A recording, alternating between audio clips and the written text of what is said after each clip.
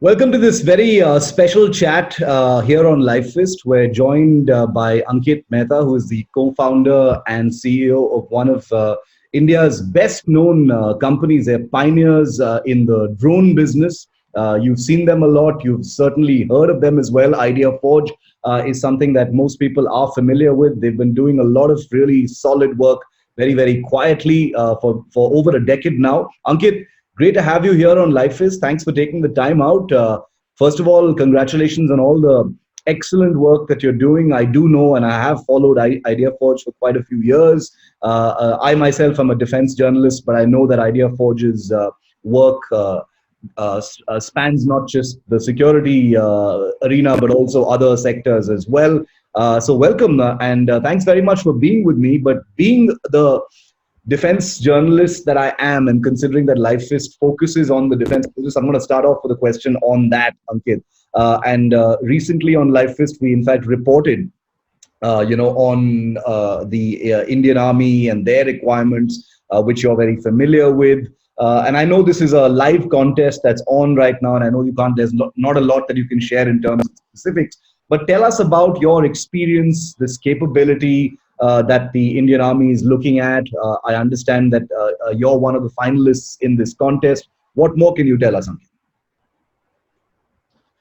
So, Shiv, as far as this contest is concerned, it is definitely one of the largest of its kind tests globally, and several, local and international players had participated in collaboration with international players. And in the end, after several rounds of trials, right now, as you had reported rightly, Tata and IdeaForge are the people who are working on finishing their remaining tests which are pending. Now, the way Indian Army tests these kind of systems, it's really phenomenal. Like for us, it's a great experience in terms of being there in the real ground situation, testing it in some of the harshest environments in the world, at some of the highest altitudes. So it's been a very exciting journey. It's been an exciting journey to create a product like this, which can be serviceable at the kind of altitudes that our forces need, as well as give something which is, and if you've seen Switch, you know that it's a platform that can be literally utilized anywhere that you want to deploy it, be it a roadside or be it in mountainous regions or from a mountain or any location. Like there are no constraints in terms of how it can be operated. So therefore it's been an exciting journey, and it's been a hard journey as well. All trials that happen with the Indian Armed Forces, they are grueling, and the equipment goes through very, very high amount of validation before it's inducted in our forces. So kudos to our Indian Armed Forces for testing the systems in real world conditions, as well as it's really heartening to see that our hard work so far is paying off, and we continue to work hard in ensuring that our systems can service and deliver the needs of the Indian forces. Yeah, it's incredible because there's a current there's a sort of live scenario playing out, and one hopes that there is no conflict and there's no war. Nobody wants that, but it is at times like these, Ankit, when the need for technology is more emphasized. Obviously, we both know that, and I do know that your products have been tested in some of these very harsh conditions, including in Ladakh. What has that experience been like? You touched upon that, but these are some of the most hostile environments: extreme cold, very high altitudes, thin air, and you're in the drone business where air is everything. So, what's that experience been like with Switch? So with Switch, particularly, it's been a very very interesting developmental journey, right? You have to develop these kind of platforms at the mean sea level, and then plan everything, predict everything at the high altitude. So the journey is always very conservative as far as IdeaForge is concerned. We are always endeavoring to under promise and over deliver as much as possible, and therefore we are very conservative. We never try to claim our max ability that we got in one flight or in one operation, but we always try to claim a conservative estimate that can deliver a consistent experience to the customer for a longer period of time than otherwise, right? So from that standpoint, it's been a very interesting journey to test the system at those high altitudes, and tremendous support has been forthcoming by the Indian Armed Forces to enable that kind of testing. We have done several flying in Ladakh. So in Ladakh, we've been operating and flying our systems since 2012 onwards, right? I mean, we've been flying our systems in these regions since a very long time, and our systems have been tested even at the altitudes of up to 5,000 meters takeoff and another 1,000 meters climb from there. So they have been tested up to a ceiling of 6,000 meters. And these kind of tests really give us confidence that we have the ability to deliver the chops that our armed forces need in environments where the operations are taking place at -15 and those kind of temperatures. So literally teams have to, everyone else is bunkered into some shelter, and the operating team has to be in the field, working with their freezing hands and still make the technology work. And that's what we are, really conscious of, work really hard for, that it should be useful in as many and almost all environments that our forces may find in the field. Apart from one is familiar, I certainly am familiar with the Netra family of drones, and I know that the army uses quite a lot of them. The switch is also there in some places, and now is being tested for this large contest by the Indian Army. What next, Ankit? Because this is as you well know, because you're plugged into the whole drone. The policy arena as well in terms of the government's own outlook on drones. What's next as far as your security specific business is concerned? Give us a sneak preview into the kind of innovations you're looking at, because this is a rapidly changing environment. Drones are becoming standard. What next for IdeaForge? So I think in terms of adoption, what we are seeing and what's going to happen is that now, pretty much 90% of the customers have tasted what a drone operation is like. And increasingly now the conversation is changing towards effectiveness, right? In terms of what the drone can deliver for them. So our focus is going to be deliver effective technology that works for them. So there's going to be more integration, which means that, technologies like Bluefire Live that IdeaForge has, wherein wherever you are on the field, as long as you can provide an internet connection to the control station, you can see that feed anywhere in the world, be it the private network that the armed forces have or a public network that other people use. In a secure manner, you can see your footage anywhere in the world. So transmission to command and control centers becomes important. We have technologies like moving target indication, which allows you to be able to detect motion in any part of the frame.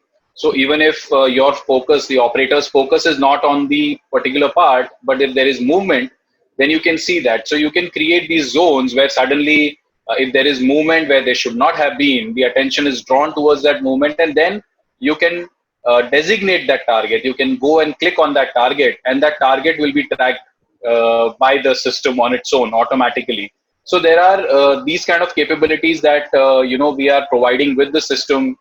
We are also providing capabilities of operations in the night, which is really important and crucial for our forces, right? I mean, security operations have tremendous amount of meaning in the night. So providing that capability becomes a very critical aspect of our operation. So better and better night operations capability. We've been doing this from day one, but further building on that is something which is going to be really critical for our security operations.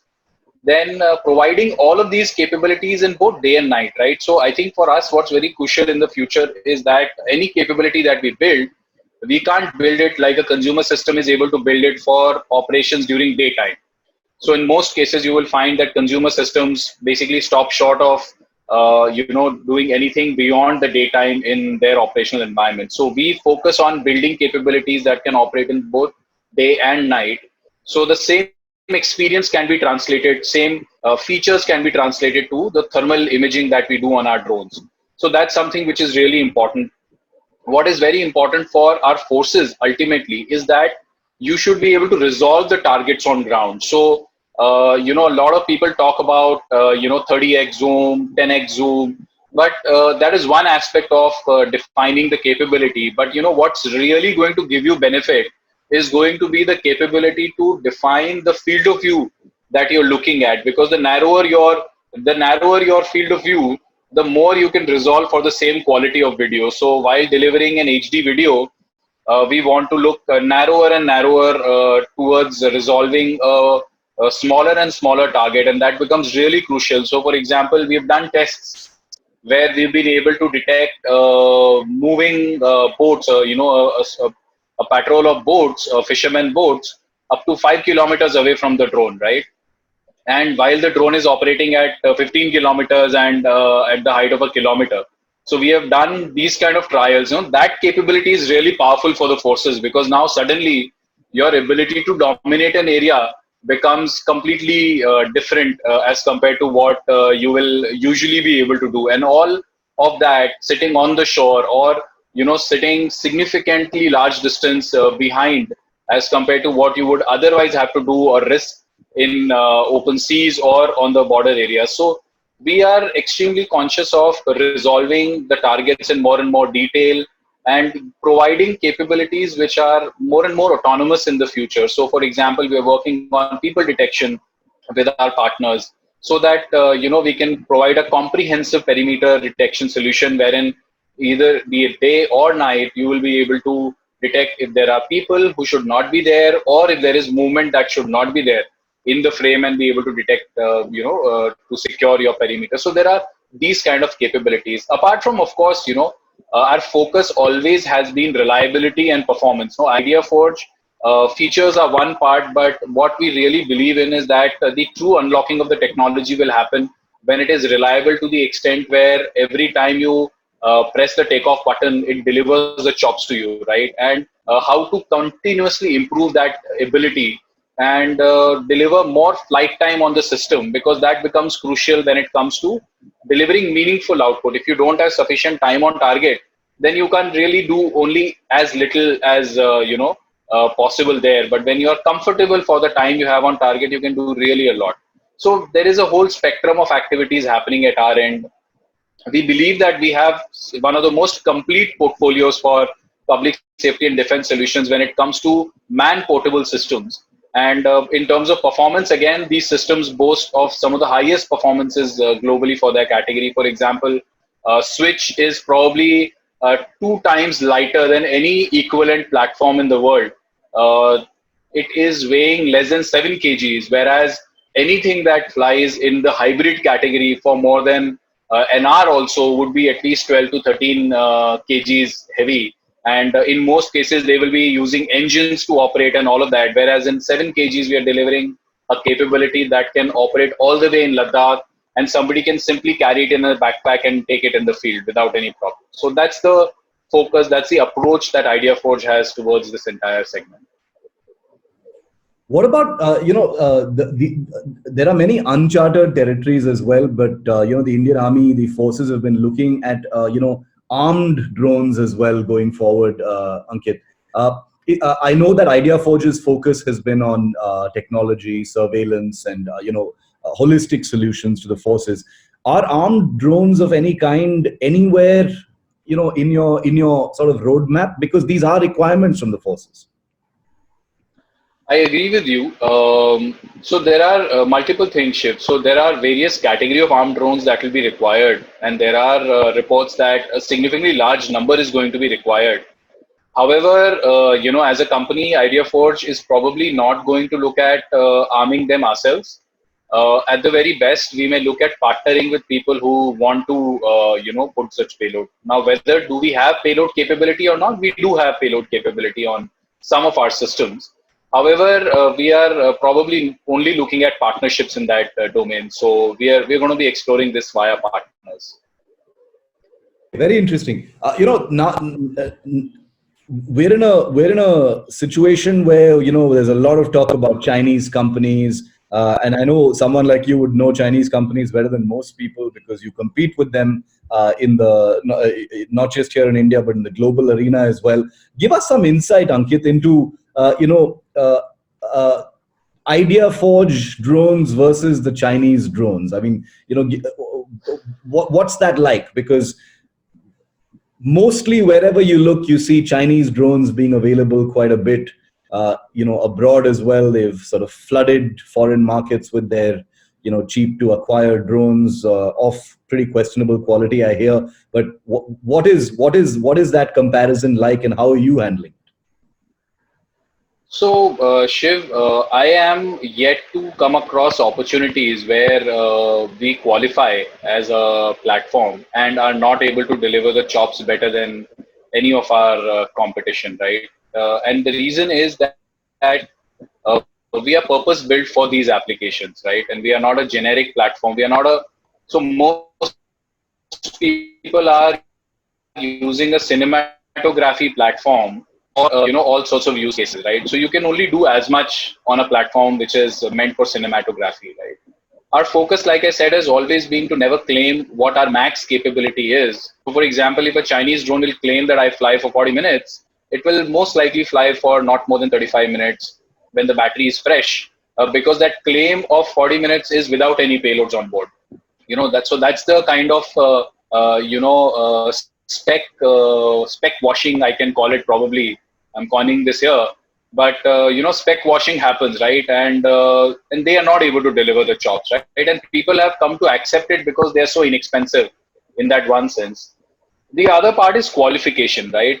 So when we are delivering systems to our forces, we are delivering systems which are mission critical. We are not delivering systems which are basically going to be, it's okay if they don't work, right? I mean, it's not like a okay kind of a scenario. So which means that we have to qualify our systems to standards that none of these consumer or even the usual consumer drones actually qualify to, right? They will operate from 0 to 40 degrees as their operating temperature, as we have to go from minus 20 to plus 55. We have to ensure that our systems are tested for the road conditions that we find here in India, and you know how they are, right? In several places, in rural areas, especially in remote areas, it's a harsh environment. So we literally get tested for that kind of mobility. We get tested for all sorts of things like waterproofing. So none of the consumer drones come with those kind of IP ratings which we provide to our customers, so that at least if it rains, the systems can be recovered. There were reports a few months back of some of these drones made by our competitors dropping off the sky because they got wet. So you can't have a drone flying in Mumbai, where we operate from, from the very beginnings, where the system cannot sustain a sudden rain, right? I mean, it's just never going to be possible to develop anything in this city if you were to have a drone that isn't able to take care of rain, right? So from the very beginning, our focus has been qualification. Our focus has been, how to deliver a system that works for our conditions, Indian conditions, right? Most of the world is developing these systems in the temperate environments, whereas we are in the tropical world where our humidity is higher, our temperatures are extreme, our altitudes, right? For example, when I say that we were tested at 5,000 meters with a 1,000-meter climb from there, the reality is that we were the only guys able to operate there, including any competition in India. And there were probably 9 companies that had applied for that opportunity, if I remember last year. We were the only guys who flew above 3,500, and everybody else actually literally crashed at 3,500. So we were tested at 5,000. So there is a huge, domain expertise that we have built, which for the application is difficult to challenge. But for a generic use, for a generic comparison, you may find that they have prettier videos because they're built for cinematography. So you will have those comparisons, but for the purpose, it really doesn't matter. So what the customer ultimately buys for is the purpose, right? and we try to explain that purpose to them. Sometimes when not aware of what their own purpose is, or sometimes we just by showing and demonstrating the equipment, we are able to tell them that, see, this is what you want. So when I said you need narrower fields of views, right? So the, most of the consumer platforms will stop at about 48 degrees. Their usual fields of view are about 90 degrees or 84 degrees or something like that, which is really wide. I mean, imagine if you were at 100 meters with an 84-degree field of view, you're literally seeing everything, right? I mean, you can't resolve anything meaningfully. But our forces need the ability to be able to look at something from a distance large enough away that they can't spot you, number one. Number two, you should be able to tell whether that guy is carrying arms, what are the color of his clothes, what is he doing. So you have to design things to be out of earshot while still being able to do the intelligence you want on ground. So that is what we deliver to our forces, rather than a pretty looking video. Yes, we will never compete. Probably don't want to compete with a pretty looking video, but we want to compete for giving you more detail on the target that you're looking at. So our usual field of view, that we offer to the customer is about 4.6 degrees. And with switch, we go all the way down to less than 3 degrees or so, right? So that is starkly different, 10 times better than what these guys offer. So there is that whole comparison that helps us stay ahead of our competition. And like I said, for a like-to-like comparison, we always come out on top, because when somebody says 40, we deliver 45. We don't deliver 40, right? I mean, that's the difference between us and pretty much everyone else out there. I'm going to talk about that again in a minute. The artificial intelligence powered drones, which is a very exciting field as well. Before that, I want to just quickly pull you in on the memorandum of understanding that you signed with L&T earlier this year, Ankit. Very exciting. L&T is like perhaps the biggest private defense company. So I'm sure that's a huge thing for for IdeaForge. It would be a big thing for anyone. I mean, this is a company that builds nuclear submarines, is probably going to build our next 5th generation fighter. This is like truly, one of our true defense success stories at that scale. Give us as the founder and CEO of IdeaForge, how exciting is that for you? And give us a roadmap, give us a preview of what that partnership is going to bring. Absolutely. So, our conversation started with this, restarted actually. We've engaged with L&T several times in the past. Thankfully, we are very close to each other, right? Mumbai, both of us. So, and L&T Defense is again based out of Mumbai. So, we have engaged a lot of times in the past, but when this entire anti-drone or counter-drone setup became relevant and really critical, is when we also partnered with a German company for looking at drone detection systems, which are cutting edge, top of the line, not easy to replicate kind of systems. With that partnership, we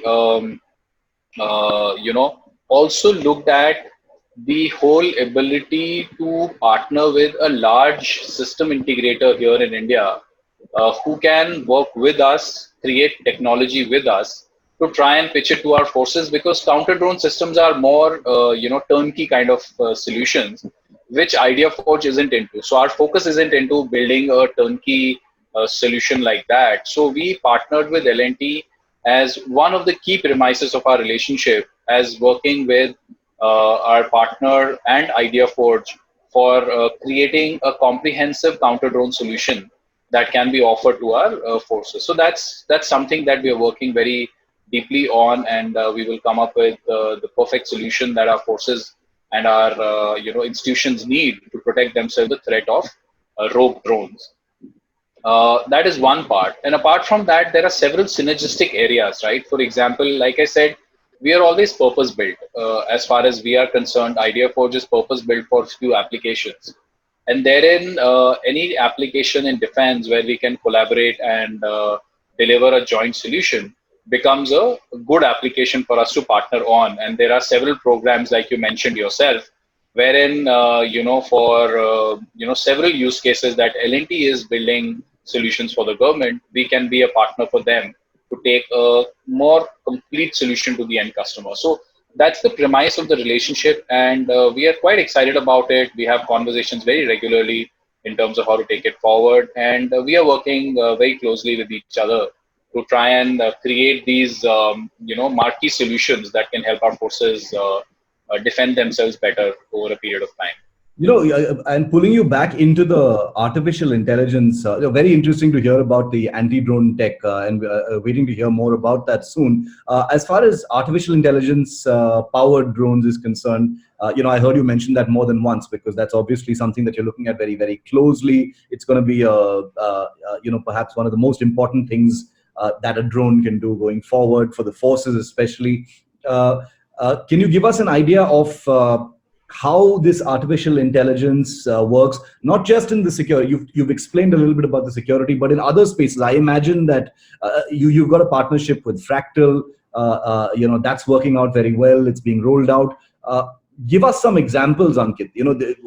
We're in a crazy time in the world right now, where I can imagine, even someone like me who's not very familiar with drones can imagine all kinds of uses and applications for drones. And I imagine that your drones are already being either used or tested in those spheres. So give us a kind of overview of how AI works in drone technology in the current sort of relatable world that we live in.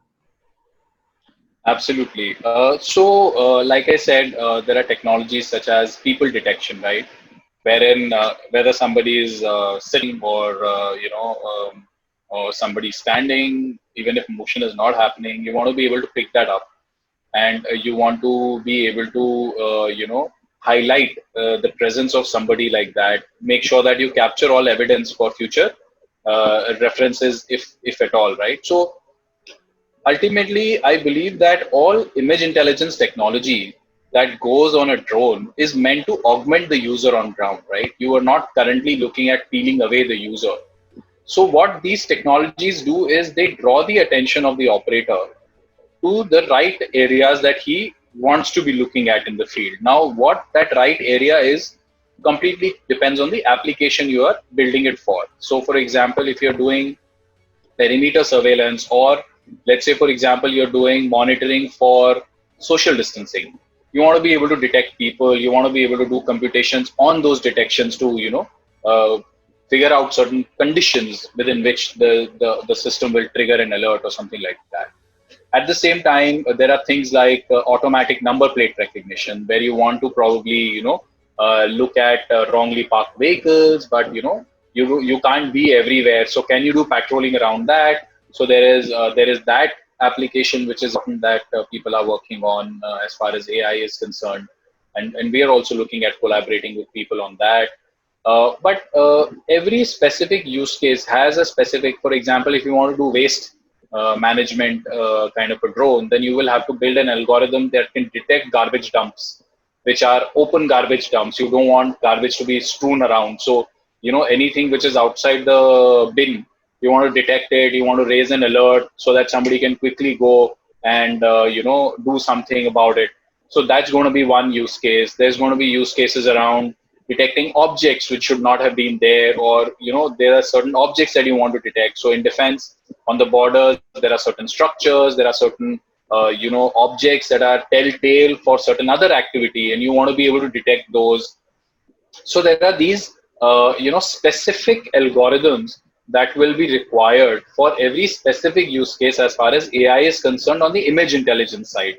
On the other hand, AI is really relevant as well for a lot of health management, a lot of equipment monitoring, fleet management. There are a lot of areas where drones could also be really useful in terms of AI could be useful in terms of utilization on top of drones. So both these areas are really interesting, and there are far too many as far as applications are concerned, wherein for example, recognizing a rooftop, recognizing a window. There are so many things you want to be able to do in the future, wherein you can then create a motion around that detection, which allows you to either capture that detection in more detail, or you want to be able to position yourself slightly differently with respect to that object once you've detected it, so that you can get the evidence you want So there are several such areas, right?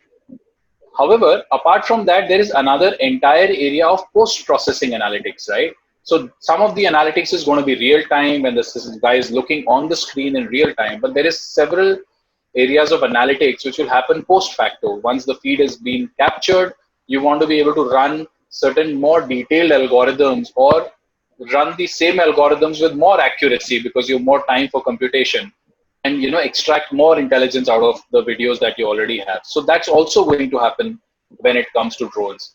Another area which happens in imagery is when you do 3D mapping. So in a lot of cases, for example, in the US, people are using drones for 3D mapping fatal accident sites. So if there is a fatal accident site, then they want to do a 3D map of the site to make sure that they collect evidence for that. Now, tomorrow you may even run algorithms in such 3D mapped environments to detect right kind of objects that have been missed by the naked eye, because the resolvability on ground using a drone is really, really high. So you must be aware of the Swamitwa scheme that the government has, announced. The government of India has announced. Within that scheme, they want to map all the Abadi areas of all the 6 lakh villages in the country. So in these kind of schemes, there will be a need for data processing at scale, and that data processing is going to be very subjective. It's going to be very, very unique. And imagine if manually you were to be extracting the about 100 million family or 100 million homes that exists in the country. If you were to be manually extracting data for them, how difficult it's going to become, right?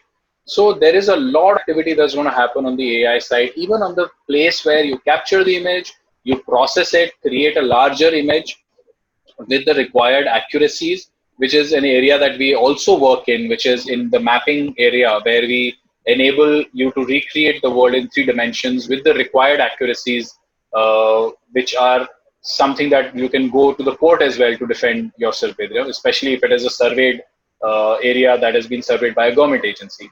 So that is the extent to which we are able to, the AI is going to percolate in this domain. Crop mapping is another area is going to percolate, because again, every crop is a unique crop. Its variant is a unique variant.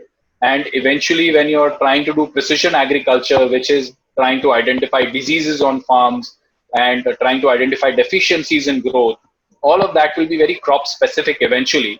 And those kind of things are going to become the future of this technology. So it's a vast area of exploration as AI is concerned in the drones domain. What about the pandemic itself, Ankit? I can imagine. We've already seen actually in news reports that drone applications have been seen in terms of servicing the hotspots and the containment zones, but also in terms of surveillance and not just monitoring and enforcement and law enforcement. Are there any other thoughts in your head about how drones are going to actually be helpful at times like these? Because it looks like pandemic life is going to be something we're all going to have to live with. I agree with you. So there are several things that have happened, right, because of the pandemic. Number one, we enforced a lockdown. However, the lockdown is not effective if you have cordoned an area off, Yeah. and you don't know what's happening inside. It's not really effective, right? Because you don't have the ability. So we had to go ahead and create a drone that can host a megaphone on it as well. Yeah. And if you see people on ground doing violations, then you can directly speak to them, and you can tell them that, hey, you wearing a white shirt, blue lungi or, blue jeans, why are you standing here? You're supposed to go back. There are children playing around. There's so much happening, right? Because of which the lockdown wasn't very effective in that one sense. And those kind of areas, continuous patrolling, the fact that you're being observed to maintain that law, and it's basically for people protection, right? It's for people safety. So, that is something which was something very handy that came to a lot of use during this pandemic. The other area which is really useful is the whole, there is a future potential of doing deliveries. Now the pandemic has, changed people's habits. So, some of that can happen in areas where containment is there. If you want to reduce human interaction in that one sense. So a lot of spreading happens because of human, exhalation of whatever. So if you remove a little bit of that from the loop, it cannot go 100% away, but it can just reduce a little bit, right? At the very best, that's what's going to happen. So those are the kind of things which you can hope that can happen. I don't want to go into the whole spraying aspect of it because the efficacy of spraying is still something under question. But at least these two areas are well understood. Thermal imaging, again, which people have spoken a lot about, where you can monitor temperatures. It's not, I believe, as going to be as effective right now, simply because the thermal imaging capabilities may require you to fly too low, and if you're flying too low, it may not be as effective, right? And then why is the body hotter? Could also be because of the fact that you've exerted yourself and you've done a bunch of things. So if you have just come back from a run, your body is going to be hotter, right? Because of that. And am I on fever? No, I'm probably not on fever, but you will catch me as a guy with fever, right? Because my temperature may be 100 degrees at that time or whatever. So there are several these considerations which will make it slightly less practical, in my opinion, to do that. However, I believe that these are the times where you develop, explore, and try to deploy technology that can be useful. Now, not every experiment that you will do will be effective, but at least you owe it to the society and to yourself to experiment on some of these areas. But I believe that the use of megaphone on top of drones is going to be the linchpin in terms of managing the kind of management we need when it's to a scenario where social distancing becomes important. No, I can And totally also, imagine. like for example, it has you can say applications in things like women's safety, where there are areas where hotspot areas where eve teasing happens or whatever. If you identify a violator, then there you can communicate through a megaphone using a drone like that. So there are those kind of things which will also come into play. But what I believe is really important is that the country needs to, and any country needs to build its capacity today for managing such disasters, because we can't rely on an ad hoc group of people to deliver an effective solution in times of need, right? So disaster preparedness is an area where we need to heavily invest in as a country, and we need to be ready for managing these situations more effectively now that we have again tasted the need for that in during this pandemic again. One final question, Ankit. What is, we talk so much about Atmanirbharta in this country and Make in India. It's a big clarion call. How is it looking going forward? Have things gotten better? I know it's a struggle for Indian companies usually. Recently heard about the Disha drone fund having to be sort of scuppered a little bit because of the current economic crisis, from 2,000 crore to 500 crore, etc. But in terms of government support, the alacrity with which the government actually is helping drone efforts, what's that looking like? Okay, so first of all, on Disha, I believe that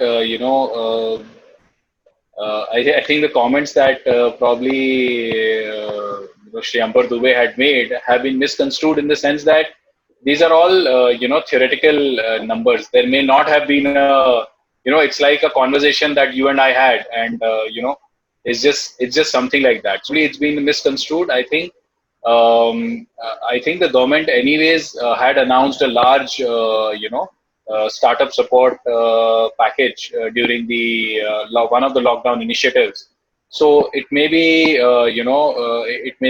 related to that or something like that. But however, I feel that these numbers are probably just you know figure of speech numbers rather than actual numbers, and I don't think any decision has been taken in any direction as much as I am aware of. So this is something I want to clarify.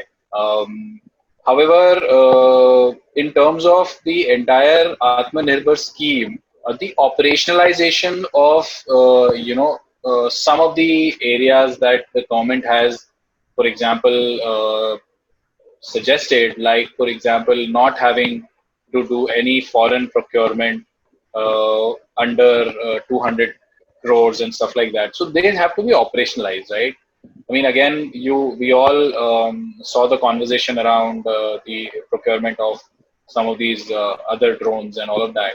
Again, these kind of things have to be definitely looked into deeply, and make sure that we are able to operationalize the intent behind these announcements and these schemes. So I think mainly my recommendation or my suggestion there, or my expectation there, is that we just live up to the intent of some of the schemes we already have, right? I mean, as long as we are able to do that, I think you can always come up with something new, like, I mean, but coming up with something new is not the solution, because the last one didn't work. We have to see whether we implemented the last one effectively at all or not, right? I mean, we owe it to ourselves and deploy something effectively, than do it, and over a period of time trim the kind of gaps that may emerge, because there is intent is one part, but the actual execution may always have the need to fine tune. But always remaining true to the intent is going to be something which is really important. One of my biggest talking points usually is creating a level playing field and living up to what is prescribed, right? I mean, that's something which is very important. If you let 10 people go for something they were supposed to do, and this is the case with our industrial license requirement in the country, right? You need an industrial license to make drones in India. That's a given, has been reiterated several times in writing to us, at least, and otherwise as well. However, the enforcement of those kind of things creates a non-equal field for guys who have it and have to adhere to it and have to invest behind it, as compared to the guys who don't have it and don't intend to have it, and they are also continue to operate in. So I think a lot of that is something which I expect, because always there can be a new idea. I'll be very happy to give 10 more ideas, but what about those which we already have, right? So I'll be very happy to add once we have the bandwidth to execute the ones we have really well, and then move forward. You've actually sort of very ably mirrored what I personally think about this, which is operationalization of intent. I couldn't have put it better, Ankit. I think that's a great note to end this interview on. Yes, Make in India, Atmanirbharta, very noble campaigns. They've got noble intent. It's a good thing. But like you said, these things have been said many, many times over the last couple of decades, from time to time, about the importance of self-reliance, the importance of a level playing field, as you pointed out, for Indian companies.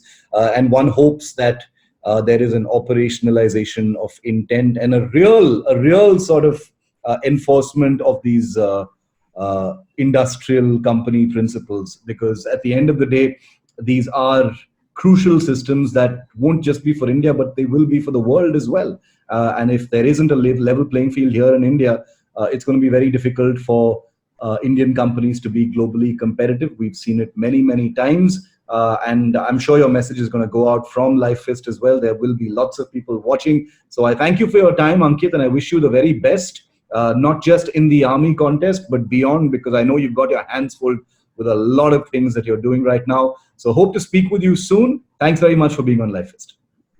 Thanks, Shiv. It was my pleasure. Thanks a lot for a great conversation. Thank you. Thank you.